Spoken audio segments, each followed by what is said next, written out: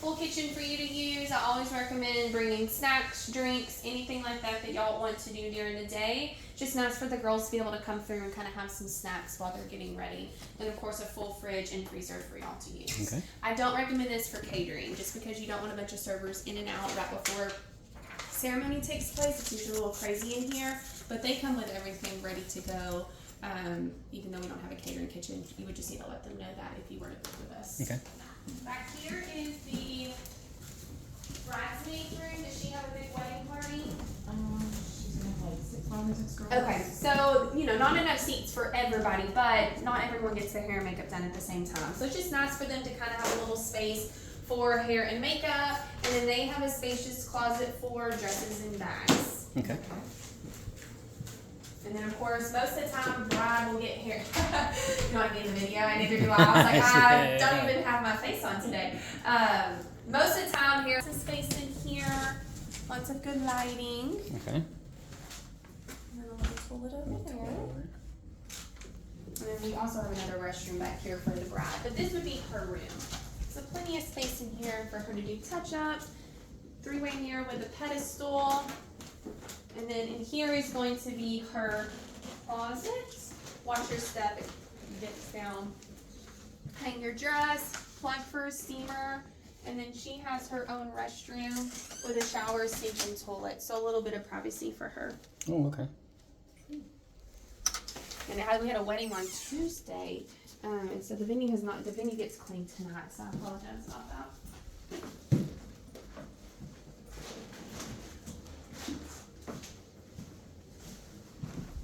Of course, we have Wi-Fi in the house. We'll sign in on the passcode. And then this is the family room. So this is a great spot for family coming in from out of town, people traveling like grandparents that may want to get here early, but you don't want necessarily in her room. This is just a great spot for them. On Tuesday when we had the wedding, family members were arriving early, and they just kind of held out in here and waited on the bride, and it's really pretty for pictures. You can get some great shots in here with the bride and the girls. Any questions about the house? No? I'll just tell everybody, just make yourself at home. You get access to it all day long. So if she needs to come up here and touch up her makeup or change dresses, you'll still have access to the house. Okay. Fire if needed.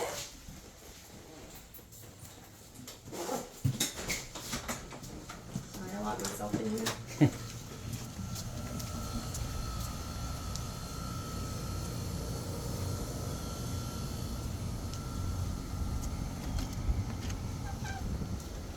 This is the man cave area. Sorry, all the lights aren't on.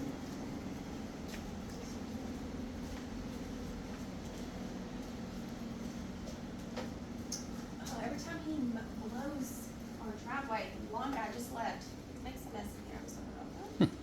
So man cave, plenty of space in here for the guys. These barn doors open up, poker table. We just have regular, TV in here. If you have the apps to do, the Apple TV is usually what we have, but we had to order another one. This is the changing area for the guys.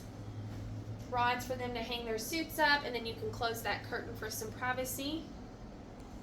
And that's just a storage closet as well as this.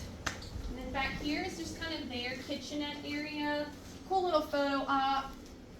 Fridge, freezer, coffee, water, but everything else you would be responsible for bringing in plates, forks, all that kind of stuff. Okay. But of course, they can have drinks and snacks. Are y'all wanting to do alcohol at the wedding? Yeah, I think so. Okay, so we have a little few restrictions when it comes to alcohol. It can't be like BYOB. You have to go through a licensed insured alcohol company. In the contract, it states Pour Me Bars or another bar service that we approve of. And then you have to have one officer. It's 1 per 100 guests on site while the bar is open. Now, during the day, if the girls wanted to have mimosa, the guys wanted to have some drinks, that's fine. We just ask that everyone's respectful. It's when it goes to when the reception starts is when you have to have the bartender and security. Okay. Is there a time, we've encountered time limits on alcohol or? I mean, no, I think the longest we've ever had it was like 5 hours, 5 to 6 hours. Average is usually about a 4 hour, and that's usually with ceremony and reception is what we usually see. But this weekend we have a wedding. I was just looking at their timeline, and they're doing alcohol from like 4:30 to 10:30, that's a long time, and most people don't stay that. Yeah. That's a long night. But obviously, the bar service has the right to cut somebody off. So if somebody is drinking that whole 6 hours and they're out of control, they have the right. And when you sign a contract, I mean that's your agreement with the bar service. We've had an incident where they tried to cut someone off and they got mad at us. I'm like, that's separate. You signed a contract and those are their rules, and they're liable Yeah. if that person leaves in a vehicle. So they're allowed to cut people off, and again, that's why we have security to kind of help diffuse a situation like that. But no, I mean, I think the longest we've ever had a bar open was 5 to 6 hours. Okay. The average is 4 to 5. Any questions about the main? No, we don't have a restroom in here for the men as of right now.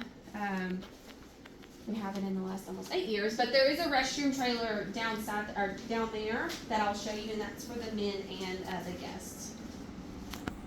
For pictures, again, people that come here early may want to sit out here and hang out. The bride on Tuesday before the ceremony, she was out here getting some really pretty bridals because it was close to the house and she didn't want the guests to see her. So she got some really pretty pictures out here. This is just our storage building that we keep extra tables and chairs on site. We have tables and chairs for up to 200 guests. And then that's where we keep our golf cart as well. Some brides have done cocktail hours up here. So if they got married at the tree, guests could migrate up here, have a smaller bar, kind of hang out in this grassy area while they take pictures. That is something that we sometimes see. Now with 130 people, is she wanting outdoor or chapel? Outdoor. Outdoor, okay. Yeah, the chapel is usually for about 100 guests inside, but you still have access to it on the day of. It's really pretty for pictures, first look, family photos, so it still is available to you on the day of. So this would be the main outdoor area down here. Watch your step. And perfect time of year to see it, October, since that's what y'all are kind of looking at. So this would be the tree area. Obviously plenty of space out here to do a ceremony of 1:30. We do have one arch here. It's like one of those hexagon arches. You can bring in your own backdrop. Some brides rent items out here. Some keep it as is just because they want that tree for their backdrop. We've had brides decorate the tree itself with floral. It's kind of a blank canvas out here. You really can set up and decorate and make it your own. And then there is an outlet out here for power. The bride would walk from the front porch where y'all entered down this walkway, down the stairs. Sometimes bridesmaids and groomsmen will meet at these stairs. The groomsmen can come from that walkway if they're wearing heels or they want someone to walk down with them. Or there is a walkway back there that leads to the altar, and sometimes the groom and officiant and the groomsmen can walk that way and lead down. Again, it just really depends on what the bride wants, and that looks really pretty to watch the bride come down. Now, if the groom does not want to see her, or the bride doesn't want to be seen by him, then he could just be turned at an angle at the tree, and either the officiant, best man, or like a cue in the song. That happened on Tuesday. The bride was getting out, and she didn't want him to see, and it was just when the officiant told everybody to raise.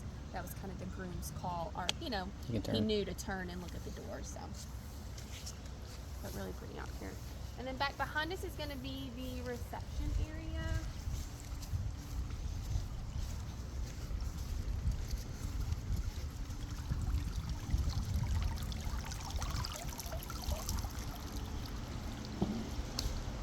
It's a little bare in here. So on Tuesday, again, our wedding, they didn't use any of our rentals. They rented everything and transformed this pavilion into like a hotel. It looks completely different. So for our wedding on Saturday, I was bringing rentals back down. So these are what we provide. These are the round tables. They're 60-inch round. We have these 4 farmhouse tables. Those are great for a wedding party, bride and groom. I've had brides use them for catering, sign-in tables. So there are 4 for you to use. Most brides do not cover them with a linen. We only provide linens for these tables, but if you wanted to rent linens of your own, then you could do that as well. Okay. This is a bar that comes with the venue. This is on wheels, so it can be moved around, and then we provide trash cans and trash bags with the pavilion. Out here is just like a little fun outdoor area. Of course, the lights turn on. on. Some brides will rent dance floors and push entertainment out. So in here, you're just getting the dinner bar service, and then you're pushing entertainment out where, you know, the elderly people might not have music blaring in their ears, but they can still see and feel like they're a part of it. Obviously, that's an extra expense on you guys. But if not, my bride for Saturday, they're using this whole area for lifeguard games. So they're still going to utilize it, and it'll be fun for guests to have a kind of place to walk out if they want to, but then they have something to do. And of course, these string lights turn on. And then that arbor area is, you can have your own little photo op area. Paint a sign, like the neon signs are so popular. Some brides have done floral. Again, you can kind of be creative with